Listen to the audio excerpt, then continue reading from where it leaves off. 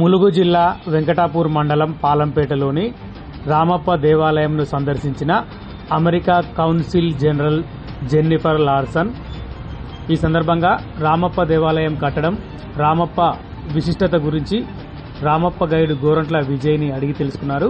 ఈ కార్యక్రమంలో ఆర్డీఓ వెంకటేష్, ఉమ్మడి వరంగల్ జిల్లా టూరిజం అధికారి శివాజీ, ఆర్ఐ ఎస్ఐ సతీష్ తదితరులు పాల్గొన్నారు.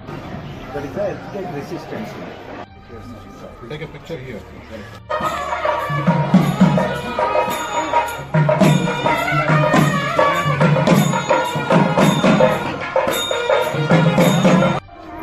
The kitchen.